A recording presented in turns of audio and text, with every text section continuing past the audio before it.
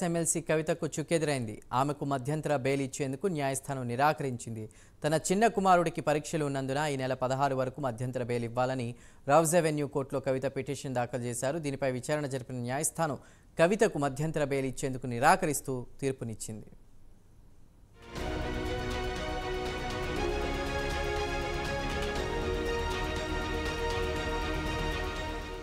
Liquor policy కేసులో BRS MLC Kalvakuntla కవితకు ఊరట దక్కలేదు. ఆమెకు మధ్యంతర బెయిల్ నిరాకరిస్తూ రౌజ్ అవెన్యూ కోర్టు తీర్పిచ్చింది. వాదనల సమయంలో కవితకు మధ్యంతర బెయిల్ పిటిషన్ను ఈడీ వ్యతిరేకించింది. ఇప్పటికే ఆమె కుమారుడికి 7 పరీక్షలు పూర్తయ్యాయని, ఇప్పుడు బెయిల్ అవసరం లేదని ఈడీ పేర్కొంది. ఆమెకు బెయిల్ ఇస్తే ఈ కేసు దర్యాప్తుపై తీవ్ర ప్రభావం పడుతుందని తెలిపింది. సాక్ష్యాలు, ఆధారాలను తారుమారు చేసే అవకాశం ఉందని పేర్కొంది. ఇప్పటికే అప్రూవర్గా మారిన కొందరిని ఆమె బెదిరించారని, అందుకు తమ వద్ద ఆధారాలున్నాయని వాదనల సందర్భంగా కోర్టు దృష్టికి తీసుకొచ్చింది. మధ్యంతర బెయిల్ పిటిషన్ను కొట్టివేయాలని ఈడీ కోరింది.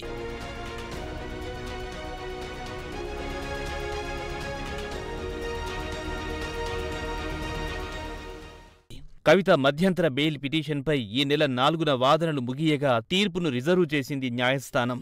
సోమవారం తీర్పు వెల్లడించిన రౌజ్ అవెన్యూ కోర్టు ఈడీ వాదనలతో ఏకీభవిస్తూ కవిత మధ్యంతర బెయిల్ పిటిషన్ను తోసిపుచ్చింది.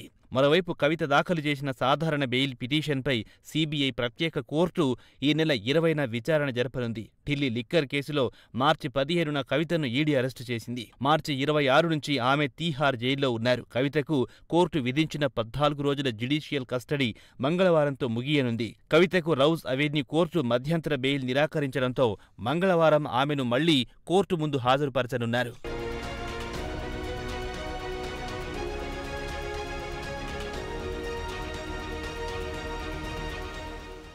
బీఆర్ఎస్ ఎమ్మెల్సీ కవితకు వరుసగా ఎదురుదెబ్బలు తగులుతున్నాయి. ఇప్పటికే సీబీఐ విచారణను సవాల్ చేస్తూ పిటిషన్ వేసినా ఊరట కలగలేదు. ఇప్పుడు మధ్యంతర బెయిల్ పిటిషన్ను తిరస్కరించింది.